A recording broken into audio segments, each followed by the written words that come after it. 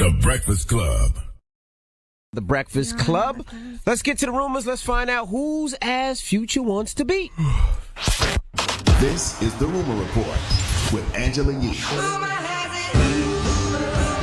The Breakfast Club. So listen up. Well, it's getting pretty ugly with this beef between Future and Rocko. Now, it all started because Rocko had signed Future to his label, A1. And Future then started popping off. Future then signed a deal with Epic, and somehow Rocko didn't, I guess, get the money he was supposed to get. So now there's lawsuits. Over the weekend, there were some rumors that Future owes Rocko all royalties from his next two albums, which is why they're saying he put these two albums out so quick, and 50% of tour revenue for the next 2 years. Those are just rumors. We don't know that to be true. Well, now things are going on social media back and forth. Now, here's what Future had to say as he was on IG Live, and somebody asked about the albums and the lawsuit. A new album this week. Are you doing this because of Rocko? No way in the am I doing that for him. But at the same time, you know what I'm saying? Shit gonna get took care of. We working, we richer than ever. You know what I'm saying? When niggas go broke, they do dumb shit. So I don't know what's going on. But at the end of the day, we making hits, we making history. If you want to be a part of history, you gotta do something tagging on. So. All right, so Future denied that he was putting these albums out because of Rocko. Well, Rocko went on his Instagram and said, "Truth be told, I've always believed in Lil Bro. That's why I signed him. When I post the stuff on my page, it's out of genuine support, no funny-ish. I don't even rock like that. Future and I could have sat down like men and settled this easily ages ago. Not sure what his reasons were, but I respect it. Only reason it's even a lawsuit in place is because he said, let the lawyers handle it. I'm not out here trying to take advantage of anyone. All I want is my percentage. We agreed upon, nothing more, nothing less. I understand he feels away. Hell, I would too if I was sued. I'm not mad at him for being mad at me. If it's ever a time when he wants to sit down like a man, I'm with it, but I'm some real ish. Homie works hard and is very talented and deserves all of his success. I will always support my boy regardless." And then Future replied with pure emotion. Yes, Future responded. He said, "You posted because I'm the ish N-word on gang, no. You gonna die, fake N-word. You embrace me as a brother at my worst and try to play me. Ain't talked to you in years, N-word. Ain't no N-word on earth gonna take ish with consequences. Judge or no judge, N-word. You a con artist." I'm trying to see where they went wrong, though. I mean, Rocko did sign Future initially, right? He did introduce Future to the game. Pretty much, right? I guess what Future is saying is that he took advantage of him at that time. Probably the contract was probably put him horrible. in an awful contract, which I guess if he signed it, you know, what more can you do? What more can you say? I guess he signed it because he thought Rocko was his guy, and what winds up happening is Future popped, and then he realized he probably wasn't getting the necessary money he should be getting, and then he looked at his contract and be like, I signed this bullish contract. Listen, then Rocko responded. To that, and he posted a video. He said, "I wasn't a con artist when I made sure you got a look in all my videos, though. Oh, camera shy ass N-word." And then he posted a video of him, Gucci Man, and Future. Artists can never look in the CEO's pockets, though. That's what you always got to realize. If the CEO signs you and you're an artist, you do what you're supposed to do as far as album obligations, and then you boss up. Like when you're an artist, you don't look in the CEO's pocket. But no, I get that. But if I sign a horrible ass contract and I'm your guy, and the first album comes out, I'm your little bro. The first album comes out and it does well. Let's redo this contract. What do you call horrible though? The same contract New Edition had. That's horrible. Future ain't had no New Edition. TLC had a horrible contract. Future ain't getting no rap for. The same contract that Boyz II Men had that they said. Man, you talking about the 90s, man. I'm sure Future had a bad contract like that as well. Locks had a bad contract. Well, we don't know what the contract was. But we don't know. Yeah, if it was bad. But apparently Future doesn't like the contract, but he signed it. Of course he didn't, because artists will never make as much money as the CEO. And when you start popping and you get hot and you feel like you the guy, you looking at him like you shouldn't be bigger than me. But guess what? You signed the contract. You right. Okay. You're just an artist. But if I'm your and little now bro, he's mad, and now let's reconstruct now we this not contract. gang no more. Yeah, that's true. That's true too. If we don't reconstruct this contract, I don't have with you. And then when my album is over, I'm gone. Okay, now let's discuss Fab. Fab has fixed his teeth. I seen that. They did a before and after on TMZ. He spent $40,000. And it's not just that chipped tooth, but he just fully went and fixed all his teeth. He got a set of 10 new veneers on his grill. So. Damn, Fab sold out, man.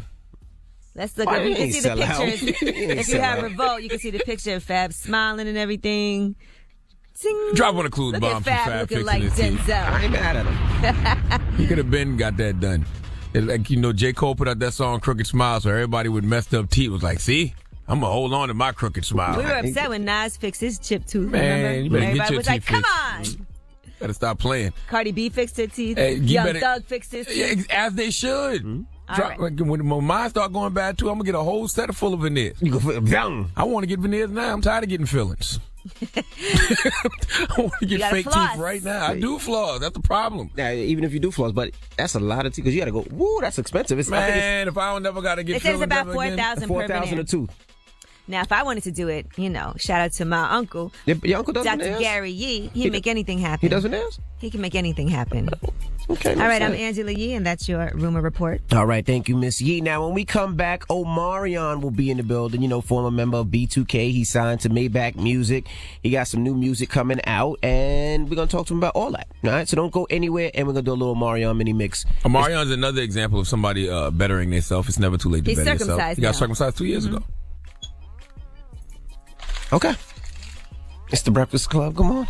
Hey everybody, it's DJ NV, Angela Yee, Charlamagne the God. We are the Breakfast Club. Now, if you're feeling blessed, blessings on blessings on blessings, call us up right now. We'd love to hear some positivity. What's going on positive in your life? If you're feeling good, you're feeling great, you woke up and something in your life happened. Maybe it was your birthday, or maybe you just had a baby, or maybe you just got something. That's the song I used to wake up to every morning. I am blessed. Maybe you're going out of town this weekend and you're waiting for your period to go off, and it went off today. Yes, Charlamagne. Girl, tell it. We're going to be thotting out in Charlotte. All right. CIAA weekend. Right.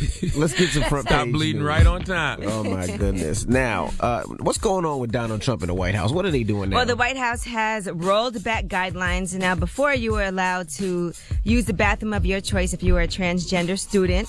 Now they are saying that further legal consideration is needed. So that they're saying that I guess it's a state-by-state thing that you can decide whether or not students get to choose the bathroom based on the gender that they choose.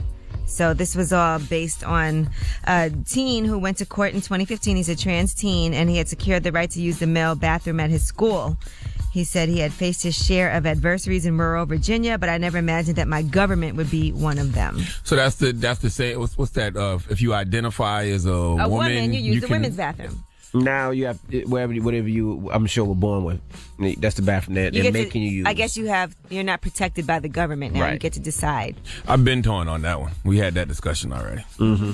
But the mayor in actually New York City said he doesn't care what the president Bill has de to say. Blasio said that they're going to protect their transgender students, and New York is not doing that. Yeah, but then you can't be mad at people who feel like that could be a threat to their situation. Like, I hear it all the time. I don't want I want my kid to go in the bathroom and see a guy using the woman's bathroom. I don't want my daughter in But there. it's at schools. Bill de Blasio said, we affirm the right of every New Yorker to use a bathroom that fits their identity. A new president will not change our values. I was actually having some conversations with some teachers and superintendents yesterday, and they were expressing the same concerns. They feel the same confliction about that situation, because of course you don't want nobody to be discriminated against, and you don't want people's civil liberties taken away, but right. You are thinking about that. You are thinking, damn, I don't want my a girl in the bathroom and a guy to come in there. But there's a lot of transgenders that are going through a lot, and they don't identify. Let's say you were born a boy and you don't identify as being a man. You're a female now, and you're making the necessary changes. I have some transgender friends. Imagine Sydney Starr being forced to use the men's bathroom because Sydney done made the change 100%. But I'm talking about those perverts who will use that law to their advantage. Those perverts who will be like, hey, I identify as a woman. If somebody is really that much of a pervert, they're gonna do it. You don't think they exist though? They'll find a way to do what they want to do regardless of what the law is. Absolutely. So I don't think that this law is going to protect them. No, but this makes it easier. Come on now, let's be for real. If they're that wanting to go in the other bathroom, they'll figure out a way to make it happen. This makes it easier. Like, to act like it doesn't is ridiculous. Well, did any of y'all play the Powerball? No. Nobody in this room won, okay? Nobody because won. The $435 million jackpot was sold to a single person, and that person is somewhere in Indiana. So it's one single ticket. Do I have any friends in I Indiana? forgot all about the Powerball yesterday. You wouldn't have won. How you gotta play to win, baby. My life, I am blessed and highly favored. How many times you played Powerball? I am blessed, black, and highly favored. How many times you played the Powerball? What's that mean? All it takes is one. That's like saying how many times have you been turned down for something. All it takes is one yes, brother. What are you talking about? All right. Well, you let's gotta play to win, though. Let's talk about the surgeon sentenced to life. Yes, a doctor was convicted of botched surgeries. He got a life sentence. Christopher Dunch is his name. He's 45 years old. He was stripped of his medical license back in 2013. There were a series of surgeries that ended with 2 patients dead, 4 patients crippled, and several others with surgical waste sewn up inside of them. He's from Dallas. He was arrested on 5 aggravated assault charges. And he ended up being tried for injuring Mary Ifford. She was left in a wheelchair with constant pain following back surgery. I mean, he's left patients quadriplegic and all of that. That's Multiple crazy. patients went to go to him for back pain relief, and they ended up disfigured, You just gonna immobilized.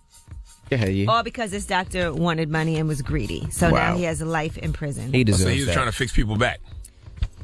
He clearly was botching up his surgeries and just trying to get that money. What was he doing, though? Like, what was he trying to fix? People were going for back pain, things like that. And ended up quadriplegic. 2 people ended up dead.